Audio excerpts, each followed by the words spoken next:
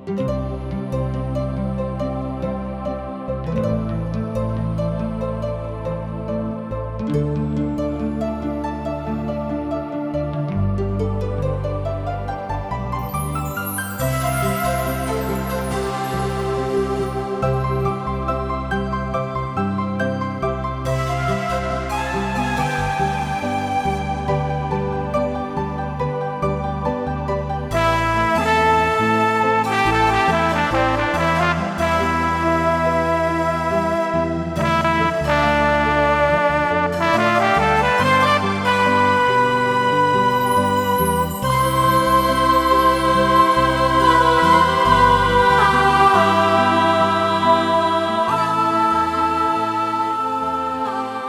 सब TWR India का कार्यक्रम जिंदगी की राह देखतनी। ई एगो सोचल विचारल ढंग से बाइबल की पुस्तकन का अध्ययन हवे, जौना में बहुते सवालन का जवाब दिहल जाला, जैसे कि परमेश्वर के हमें, का परमेश्वर सचऊ हमार परवाह करेले, हमारी जिंदगी से परमेश्वर का इच्छा हवे। कृपा करके देखी सुनी, ताकि परमेश्वर आपकी जिंदगी का रास्ता देखावस। आज हमनी के विचार करे के इफिसियों के पत्री 1 अध्याय के 8 से 12 पद के तो का लिखल बा एकरा में। तो एकरा बारे में जानकारी खातिर वह हमरा संगे अपन पवित्र शास्त्र बाइबल निकाल लिहनी। हाँ, तो ओहमे देखी इफिसियों के पत्री 1 अध्याय 8 से 12 पद एह तरी से बता रहल बा। जौना के परमेश्वर सब ज्ञान और इस समझ से हमनी के बहुत अधिक क के देले बाड़न। उ हमनी के अपना मर्जी के रहस्य अपना निमन इच्छा जैसन जे के उ मसीह में ठहरावले रहले उ बैठौलन। और रहस्य ई बा कि समय पूरा होखला पर ऐसन इंतजाम होखी कि जवन कुछ स्वर्ग में बा उस सब मसीह मुखिया मान के बिटुरा जाई। सब काम परमेश्वर के योजना के फैसला के जैसन होखेला, काहे कि परमेश्वर हमनी के मसीह के द्वारा शुरू से आपन लोग बनावे खातिर चुनले बाड़े कि हमनी के जे मसीह पर पहले ही से आशा करत रहे या आशा करत रहनी, उनकर महिमा और बड़ाई खातिर जिंदगी बिताई। वचन में रहस्य का ह जेकरा बारे में रुआ अचंभित बानी। ई कोनो सुप्रसिद्ध लेखक के कहानी भी ना ह। वचन में भेद के अर्थ होला कि परमेश्वर कुछ ऐसन प्रकट करे जा रहल बाड़े जौन की उ ओह वर्तमान समय तक प्रकट ना कइले रहन। नया नियम के भेद से हमेशा दुगो बात संबंधित होला। मनुष्य के द्वारा संग्रह कइल गइल सत्य से एकर खोज नइखे कइल जा सकत। ई तो हमेशा परमेश्वर के ओर से दिहल गइल एगो प्रकाश ही होला। दूसर का ह एकरा के सही समय पर प्रकट कइल जाला और छुपावल ना जाला।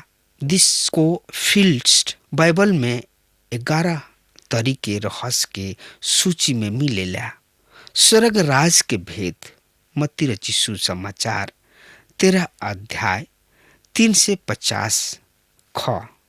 वर्तमान समय में इसराइल के अंधापन रोमियो के पत्री 11 अध्याय के 25 पद ग। ए युग के अंत में विश्वासी सब के अंत में जीवित विश्वासी सब के रहस्य।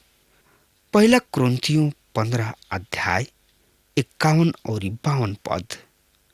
पहला थिस्सलुकियों 4 के 13 से 17 पद घ। नया नियम के कलीसिया के यहूदी सब और गैर यहूदी सब के एगो देह होके के रहस्य। इफिसियों 3 अध्याय 1 पद से लेके 12 पद और 19 पद। रोमियो 16 अध्याय के 25 पद। कुलुसियों 4 अध्याय के 3 पद में अंग कलिसिया मसीह के दुल्हन होके के भेद। इफिसियों के पत्री 5 अध्याय 23 से 32 पद। च भीतर वास करे वाला मसीह के भेद। गलतियों 2 अध्याय के 20 पद। कुलुसियों 1 अध्याय के 26 और 27 पद। 6 मसीह के देह धारण के रहस्य, जौना में मनुष्य के खातिर सब ज्ञान वास करला। ज ओ विधि सब के रहस्य जेकरा द्वारा परमेश्वर के स्वरूप मनुष्य में दोबारा स्थापित कइल जाला। पहला तिमुथियुस 3 अध्याय के 16 पद। झ कुकर्म में रहस्य, दूसरा थिस्सलुकियों 2 अध्याय। मत्ती रचित सुसमाचार 13 अध्याय के 33 पद में। फिर से हम क से शुरू करतानी। प्रकाशित वाक्य 10 अध्याय 20 पद में। ख प्रकाशित वाक्य 17 अध्याय 5 और 7 पद। का रउआ के ई मालूम बा कि इस सब रहस्य के द्वारा भी परमेश्वर हमनी के सब कुछ बता देले बने। बहुत कुछ वो हमनी के नखन बतावले। एक दिन परमेश्वर उनका के हमरा सामने प्रकट करी हैं। ए तरीके रहस्य एगो ऐसन बात ह जेकरा के परमेश्वर आज तक प्रकट नखन कइले, पर अब ऊ प्रकट करताने। इफिसियों के पत्री में एगो भेद बा जेकरा के पुराना नियम में प्रकट नइखे कइल गइल। ध्यान से विचार करी। यहाँ 8 पद में बतावल गइल बा। ज्ञान 9 पद से संबंधित बा। उनका इच्छा के रहस्य का ह ऊ एह तरी से बा जौन की ज्ञान और बुद्धि के अनुसार प्रकट कइल गइल बा। ई वर्णमाला या साधारण अक्षर ना ह। हम आनंदित बानी काहे कि बहुत से आदमी सरल सुसमाचार के नाम से जानल जाए वाला खबर के फैसला के भरपूरी कोशिश करेलन। हम परमेश्वर के धन्यवाद करतानी काहे कि लोग लिखलन कि हम इस सरल सुसमाचार के समझ सकतानी। हम ए बात से भी अवगत करावे चाहतानी कि परमेश्वर के ज्ञान और गहराई सबसे ऐसन भी बा जेकरा के हमने के आसान से नहीं जान सकत। कबहुओ तो हमने के एकरा खातिर आपन विभाग लगा दी न जा, पर हम यहाँ पर बात के देख रहल बानी कि परमेश्वर हमने से इहे चाहलन कि हमने के ए बात के जानी जा, काहे कि अब ई प्रकट कइल गइल बा जौन की सब ज्ञान और समझ सहित हमनी पर बहुतायत से कइल गइल कि ऊ आपन इच्छा के भेद ओह सुमति के अनुसार हमनी के बतावल गइल बा जौन के ऊ अपना आप में ठान ले रहन। समय के परिपूर्णता भी रहस्य जैसन एगो औरी शब्द ह। एकरा के अधिकतर गलत समझल जाला। ई एगो महान शब्द ह। यही कारण से शिक्षक कई शब्द के प्रयोग ही ना करेलन, जैसे खून, छुटकारा, कलवरी के क्रूस यानी कि सलीब के क्रूस। पौलुस कहताने कि क्रूस के कथा एगो मूर्खता ह, पर ई हमनी के एकरा के प्रचार करे से रोक नहीं जा सकत। यही कारण यह विषय के छोड़ नहीं जा सकत। हम रउआ के ई बतावे चाहतानी कि ई समय के एगो भाग ना होला। ई एगो युग से भिन्न होला। हमनी के अनुग्रह के युग के बढ़िया तरी सुनी ना जा। कई तरी से ई युग से अलग बा। इस युग से भिन्न होला। ई एगो नियम या प्रणाली ह जौन की क्रियाशील होला। ई काम करे के विधि ह। प्रणाली के अनुसार संचालन करे के पूरा अधिकार बा। हम ई नहीं कह सकत कि ऊ प्रणाली ठीक बा। हमनी के दूसरा के बारे में बात करत हमनी के खुद बढ़िया ना हो जाई न जा। हर देश में यातायात के संचालन के तरीका भी भिन्न कई हाली पर्यटक सब के खातिर समस्या बन जाला। हो सकता कि राउर सिद्धांत कुछ समय तक चलत रहे। परमेश्वर सब कुछ सुचारू रूप से संचालित करेलन। ई ईश्वर के कार्य करे के तरीका है। ई बात साफ सुथरा बा, यानी कि स्पष्ट बा कि परमेश्वर आदम के प्रबंध के अधीन रखले रहन, जौन की हमने से बहुते भिन्न रहे। परमेश्वर के अपना लोगन के बचावे खातिर एक ही तरीका रहे। सब कुछ उद्धार के सिद्धांत पर आधारित बा। तब हम मनुष्य एकरा से संबंधित अलग विचार राखत आइल बा। उदाहरण के तौर पर हाबिल परमेश्वर के सामने एगो जानवर के बलि चढ़ावले रहन और अब्राहम भी यही तरी कैले रहन। पुराना नियम के याजक भेड़ा सब के बलि चढ़ावत रहन। परमेश्वर एकरा के एगो ठीक विधि बतौले रहन, पर परमेश्वर हर एगो बात की अगुवाई ओ समय के ओर कर रहल बड़े जब मसीह सड़क और जमीन पर पूर्णता राज करी है। ई ऊ भरपूरी या परिपूर्णता है जौना समय प्रत्येक चीज मसीह के अधीन ले आवल जाई। ई एगो बहुत ही बड़ बर्तन है जेकरा में कई शताब्दी और हजारों बरिस घुसल यानी कि समाइल जा रहल बा। प्रत्येक बीतल क्षण या घड़ी वर्तमान और भविष्य ओ समय की ओर बढ़त जा रहल बा जब हर एगो घुटना टिकी और हर एगो जीव अंगीकार करी कि यीशु ही प्रभु हमें।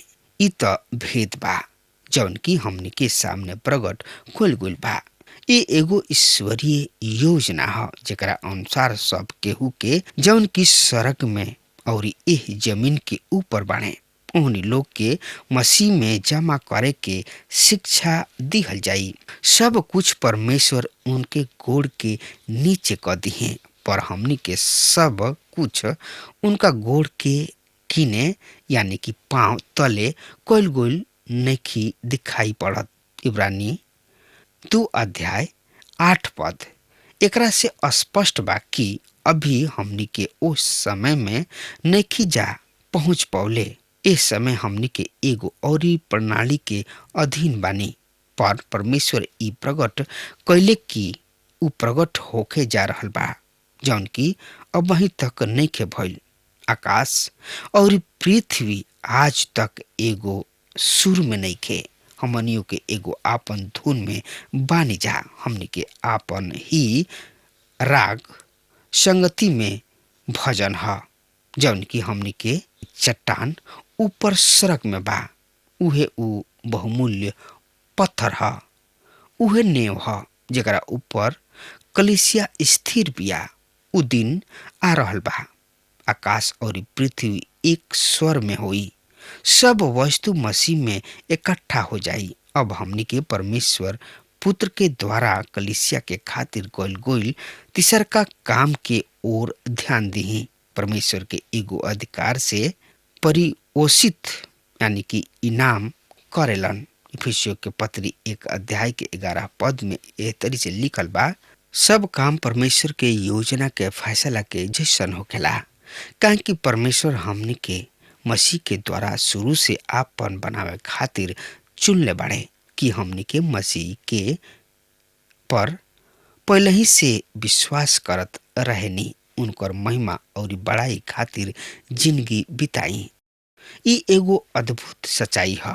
मसीह हमनी के एगो और विरासत अधिकार दिले बाणे जौन की एगो ऐसन फल है जेकरा खातिर हम कुछ भी ना कोईनी। ई परमेश्वर के एगो सामूहिक योजना और उद्देश्य है कि विश्वासी लोग मसीह के विरासत में भागीदारी होके उ ऐसे मसीह के राज में जुड़े जा रहल बने, काहे कि उ मसीह में बने। रोमियो 8:17 में लिखल बा, और यदि हम संतान हई त वारिस भी हई, वरन परमेश्वर के वारिस हई, जबकि हम उनका साथ दुख उठौनी की उनका साथ भी पाई। 1 कुरिन्थियों 3:21 से 23 में लिखल बा। पढ़ी, यही से आदमी लोग के ऊपर केहू के घमंड ना करे के चाही, काहे कि सब चीज ओहनी लोग के बा, का पौलुस के, का अपुलोस के, का कायफा के, का दुनिया के जिंदगी, का मौत, का वर्तमान के भविष्य, सब चीज तोहनी लोग के बा। और तोहनी लोग मसीह यीशु के हवा और यीशु मसीह परमेश्वर के हवन। हमने के सही में अभी यह वचन के नहीं की जा समझ सकत। जौना स्थान पर हम बैठल बानी ई हमने के यहाँ से उठा के बिठा देले, पर वस्तु हमने के ही है। मसीह हमने के हमें और पौलुस हमने के हमें। मौत भी हमनी के हो सकेले, सब कुछ हमनी के ह। एकरा से बढ़ के रोवा के का मिल सकता। ई कतना सुगर अनुभव बा। यही कारण हम बहुते जोर से चिचिया के कहे चाहतानी कि इस सब योजना परमेश्वर हमनी खातिर बनौले रहन। ई सब उनके मानसा ह। ई सब उद्धार पावल लोगन के खातिर ह। परमेश्वर भुलाइल लोगन के खातिर कोनो योजना पहले से ना बनौले। हमनी के एगो विरासत देवे खातिर उ पहले से एगो युक्ति बनौले। यदि ऐसा ना होखी त हमनी के कबहुओ ओ विरासत के हासिल ना कर सकती जा। ये सब के ऊपर हमनी के अपन कुछ भी अधिकार नहीं खे। ई उनका अनुग्रह के द्वारा दिहल जाए वाला प्रति फल है, जौन की हमनी के कोनो भी योग्यता के कारण ना है। ई परमेश्वर के इच्छा है और ई सब यही आधार पर कइल गइल बा। ई भला, सर्वोत्तम और ठीक है। ऐसन काहे कि परमेश्वर इनका के ऐसन ही करे के इरादा कइले रहन।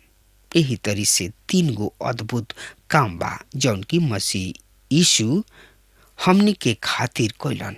उ हमनी के अपन खून के द्वारा छोड़ौले। उ अपना इच्छा के भेद के प्रकट कइले और विरासत के फल के हमनी के देले। ई कतना अद्भुत बात बा। हम एकरा के भुला नहीं जा सकत।